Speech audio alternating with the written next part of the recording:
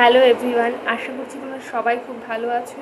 Welcome back to my channel. আবারও তোমাদের সামনে আমি আজকে আরেকটি মেকআপ লুক ক্রিয়েট করব এবং তোমরা আমাকে অবশ্যই জানাবে কমেন্ট করে যে আমার মেকআপ। তাহলে শুরু করা যাক ভিডিওটা। Let's get ready with me.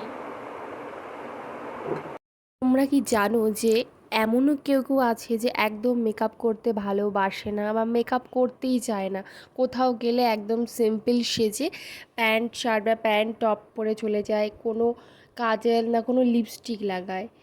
তার মধ্যে আমি একজন।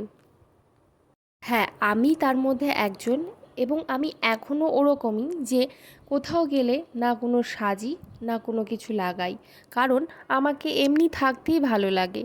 আর শ্যুট করার সময় শুধু আমি ঘরেই এই মেকআপগুলো করি। আমি আগে একদম মেকআপ করতে পারতাম না, লোকে আমাকে অনেক ধরনের কথা শোনাতো এবং আমি তারপর ইউটিউব দেখে দেখে নিজে নিজেই মেকআপ করা শিখেছি এবং দেখো আমি এখন অনেকটা যথেষ্ট ভালো মেকআপ করতে পারি।